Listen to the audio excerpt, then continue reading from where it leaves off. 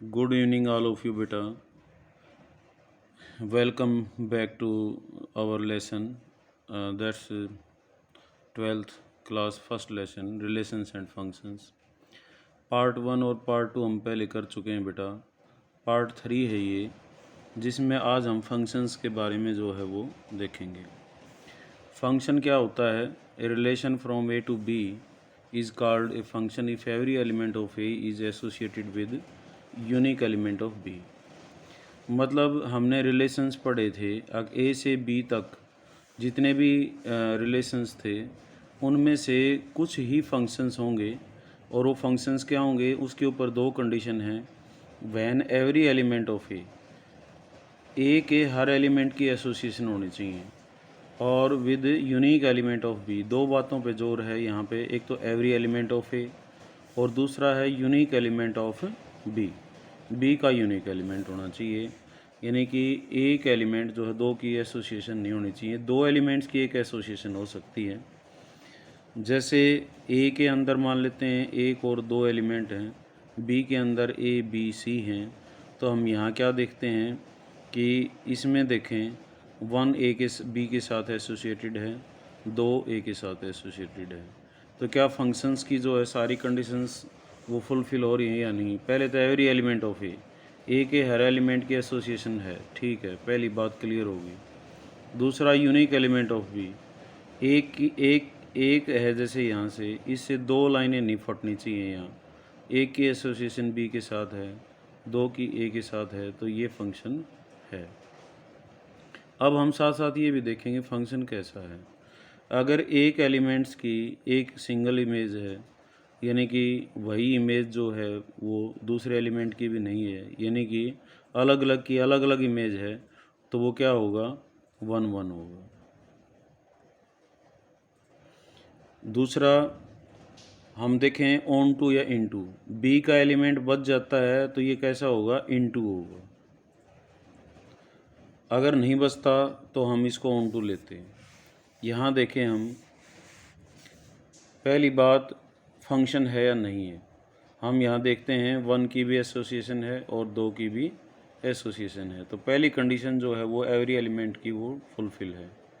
अब दूसरी देखें हम, यूनिकनेस. यहाँ एक के से जो है दो लाइनें फटी हुई हैं, यानी कि एक की एसोसिएशन जो है वो दो के साथ है, तो दैट्स नॉट ए फंक्शन. ये फंक्शन है ही नहीं. तो अब इसका 1 1 और ऑन टू क्या देखना? कुछ नहीं. अब हम दूसरा देखें. यहाँ पे ये वन की एसोसिएशन है ए के साथ, दो की एसोसिएशन है बी के साथ, तो क्या ये फंक्शन है या नहीं है? तो यहाँ पे हम देखें तो ये फंक्शन, पहली condition every element of A के हर एलिमेंट की जो है वो एसोसिएशन होनी चाहिए. वन की जो है वो ए के साथ है और टू की भी है, तो ये पहली कंडीशन तो क्लियर होगी कि एवरी एलिमेंट ऑफ ए है. दूसरा यूनिकनेस. एक से कोई दो लाइनें नहीं फट रही हैं, दो से भी जो है वो कोई दो लाइनें नहीं फट रही हैं, तो इसमें क्या है? ये यूनिकनेस भी है, तो ये फंक्शन है. फंक्शन है तो कैसा है? 1 1 है या नहीं है? 1 1 में क्या होगा? एक के अलग अलग एलिमेंट्स की अलग अलग जो है डिस्टिंक्ट एलिमेंट्स है, डिस्टिंक्ट इमेजेस. लेकिन हम यहाँ देखते हैं वन की भी इमेज ए है और यहाँ पे टू की इमेज जो है वो भी ए है, तो ये मैनी वन फंक्शन है. मैनी वन फंक्शन क्या होता है? When many elements have one image. और बी और सी भी यहाँ पे आप देखते हैं ये बचे हुए भी हैं, तो यहाँ पे ये कैसा फंक्शन है बेटा? Into function. और अब बात करते हैं इस पे, इस फिगर पे आए हम. यहाँ पे आप देखते होंगे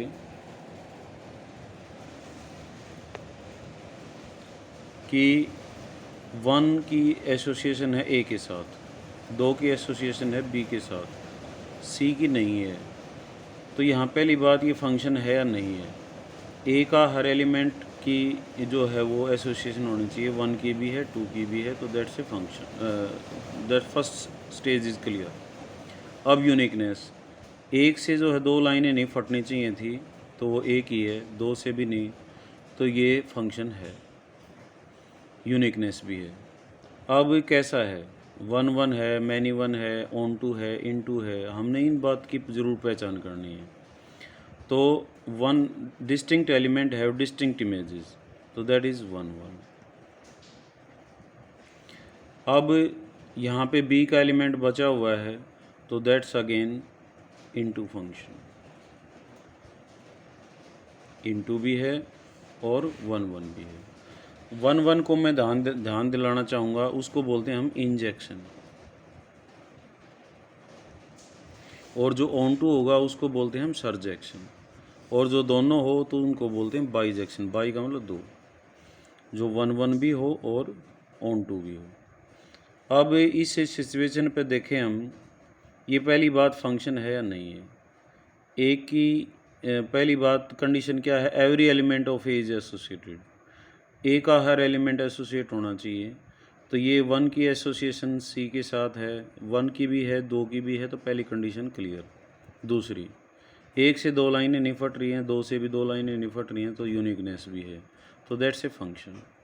अब फंक्शन कैसा है, 1 1 1 1 का मतलब 1 की इमेज अलग होनी चाहिए थी, 2 की अलग, तो यहाँ पे 1 और 2, 1 एंड 2 है a single image, that's B. तो ये मैनी 1 है, मैनी 1 फंक्शन। और जो है ऑन टू ए और सी बचे हुए हैं यहाँ पे, तो दैट्स ए इनटू फंक्शन। यहाँ पे अगेन जो है हम देखें फंक्शन है या नहीं है। एक की इमेज ए के साथ है, 2 की यहाँ कोई इमेज है ही नहीं, तो यहाँ ये फंक्शन नहीं है। तो फंक्शन ना होने की सूरत में आगे हमने कुछ नहीं देखना, वो मैनी 1 है या नहीं है, 1 1 है या नहीं है, ये बात है। तो अब जो है यहाँ पे पहली बात तो ये जो फंक्शंस हैं, ये अभी तो हमने वेन डायग्राम के रूप में दिखाए हैं आपको, तो इसकी एक रोस्टर फॉर्म भी हो सकती है। इसकी रोस्टर फॉर्म क्या होगी बेटा, 1 की इमेज है ए के साथ, और 2 की इमेज है बी के, 1 की इमेज है बी के साथ, और 2 की इमेज है ए के साथ। तो ये इसकी रोस्टर फॉर्म है, इसको ऐसे भी लिख सकता है। ये फंक्शन नहीं था, और यहाँ पे अगर हम इस रिलेशन, ये रिलेशन था, इस रिलेशन की रोस्टर फॉर्म देखना चाहें तो 1 ए 1 बी और 2 सी। यहाँ पे ये मैनी 1 और इनटू फंक्शन है, यहाँ इसकी रोस्टर फॉर्म क्या है, 1 ए और 2 ए, ये रोस्टर फॉर्म है। अब रोस्टर फॉर्म भी आपको समझ में आ गई होंगी। तो ये फंक्शंस को लिखने का तरीका होता है बेटा कि वेन डायग्राम के रूप में है, या रोस्टर फॉर्म के रूप में है, या एक एनालिटिकल फॉर्म है। एनालिटिकल फॉर्म जो है ना, वो बहुत इम्पोर्टेंट है, जिसको हम अब स्टडी करेंगे।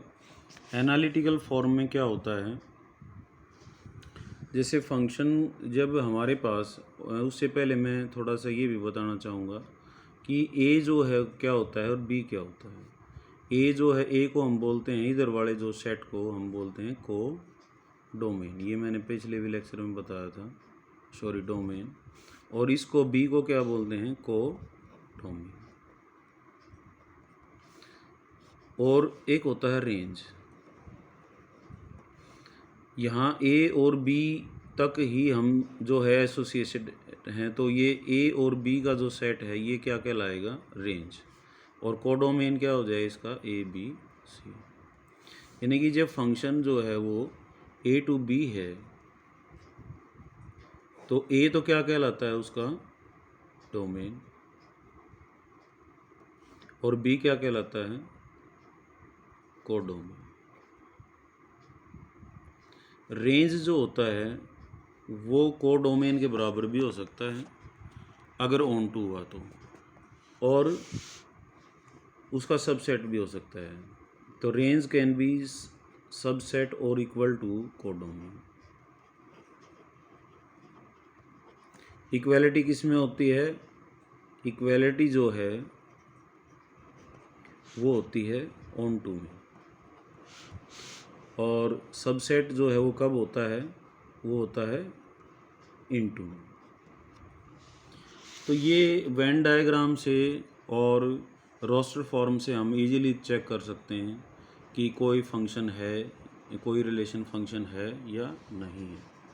अब फंक्शन की डेफिनेशन से हम आगे आते हैं। एक दूसरी से थर्ड टाइप होती है उसकी एनालिटिकल फॉर्म। एनालिटिकल फॉर्म कब आती है,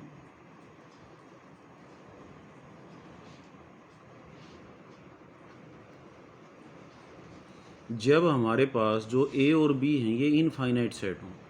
जैसे मैंने जो है ये नेचुरल नंबर्स का सेट ले लिया और एफ जो है कोई फंक्शन ले लिया, वो भी नेचुरल नंबर पे ही ले जाता है या इंटीजर्स पे भी ले जा सकता है, इंटीजर्स पे लेगा। और 1 2 3 4 नेचुरल नंबर्स यही होते हैं एंड सो ऑन। और इधर क्या होता है, बीच में ज़ीरो, ऊपर यहाँ -1 -2 1 2 3 ऐसे। अब 1 की जो है मैंने एसोसिएशन कर दी 2 के साथ, 2 की कर दी 3 के साथ, 4 की कर दी 5 के साथ, ऐसे। तो इनको दिखाना इनफाइनाइट वे में बहुत वेन डायग्राम से बड़ा मुश्किल हो जाता है। तो एक एनालिटिकल फॉर्म है, इसको हम शॉर्ट में ऐसे भी तो लिख सकते हैं, F of N is equal to n+1। यानी कि जो n था उसमें हम एक जोड़ते जा रहे हैं। एक है उसकी एसोसिएशन 2 के साथ है, 2 की 3 के साथ है, 4 की 5 के साथ है। तो इन शॉर्ट जो है हम क्या लिखेंगे, इसकी दो नोटेशंस होते हैं, f from n to i। And is defined और and is given by defined by. Defined क्या होता है, where F N is equal to n+1, मतलब उसमें एक जोड़ देंगे। तो ये शॉर्टर ये एनालिटिकल फॉर्म होती है इसकी। इसको वेन डायग्राम से हम दिखा सकते हैं एंड सो ऑन करके, लेकिन ये बड़ा मुश्किल काम होता है और काफ़ी टाइम वेस्टिंग होता है। तो जो मैथमेटिक्स में फंक्शन यूज़ होता है वो एनालिटिकल फॉर्म में होता है। और जैसे अलजबरा में हम कोई भी नंबर लेट कर लेते हैं, अगर let X be any number, तो यहाँ पे हम n की जगह हम क्या लिखेंगे बेटा आगे, F X is equal to x+1, ऐसे। तो यहाँ पे अब नया नंबर आ गया x+1, तो इसको हम y भी लिख सकते हैं। तो y is equal to F x.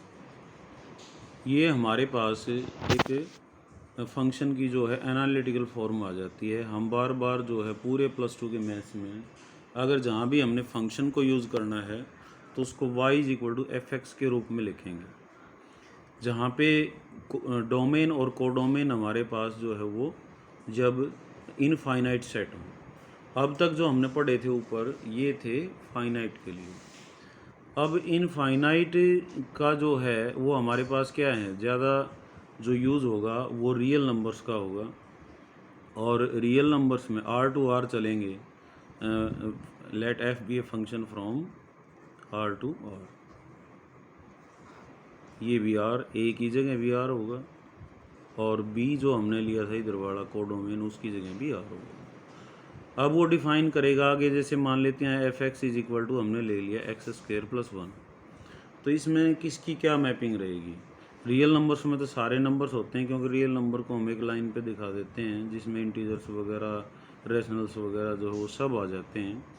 तो यहाँ पे हम देखेंगे जैसे एक की इमेज हमने देखनी है तो एक इसके अंदर रख के देख लो, तो 1² + 1 कितना हो जाएगा, 2 हो जाएगा।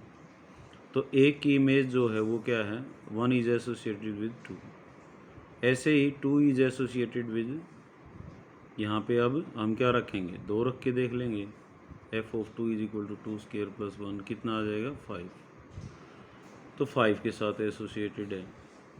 तो यहाँ हम देख रहे हैं रियल नंबर्स में तो पॉजिटिव भी होते हैं और नेगेटिव भी। यहाँ एफ ऑफ -1 हमने देखा, उसका क्या आएगा, -1 का square + 1 that is 1² + 1 that is 2, वो 2 आएगा। तो -1 है उसकी भी इमेज क्या है हमारे पास, 2 है। अब ये कैसा फंक्शन नज़र आ रहा है, पहली बात एक का भी इमेज 2 है, -1 का भी, तो ये मैनी 1 है, 1 1 नहीं है।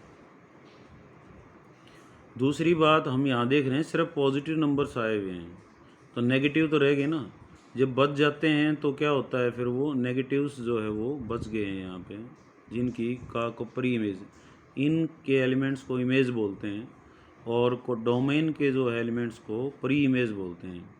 तो बहुत सारे जो है यहाँ पे हमारे पास एलिमेंट्स ऐसे हैं बी के अंदर जो वो रियल नंबर्स के बराबर है, ए भी रियल नंबर्स के बराबर है, इसमें इनका प्री इमेज नहीं है तो उस सूरत में क्या होगा, ये बचे हुए हैं, ये तो अनमैप्ड हैं, तो इनटू है ये, तो मैनी वन इनटू फंक्शन है। तो ऐसे वेन डायग्राम से देखना जो है बड़ा मुश्किल होता है, तो इनको यहाँ एग्ज़ाम पॉइंट ऑफ व्यू से जो क्वेश्चन आता है वो किस टाइप का आता है, 1-1 और ऑन टू चेक करना। तो उसका एक तरीका होता है 1-1 और ऑन टू चेक करने के लिए, वो क्या है वो अब हम जो है ये अगले पेज पे देखेंगे इसमें।